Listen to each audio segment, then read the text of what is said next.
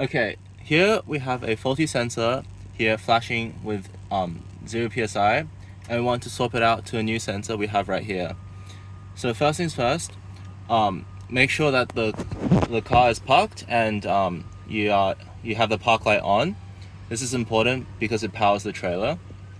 So you click this 5 times to enter pairing mode, and use the up button to select where you want to pair the sensor,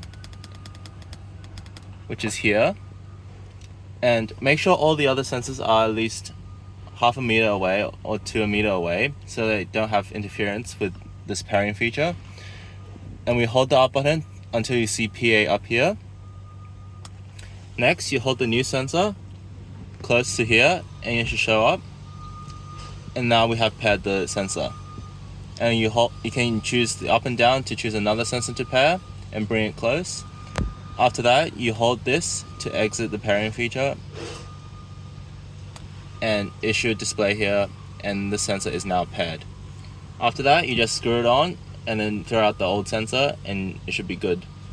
Okay, so now we have that's the faulty sensor. This is the newly paired sensor. We take that off. You'll hear a hiss as the air pressure is escaping. And now we just screw it on, hand tight, and that's the new sensor. And if we go up here,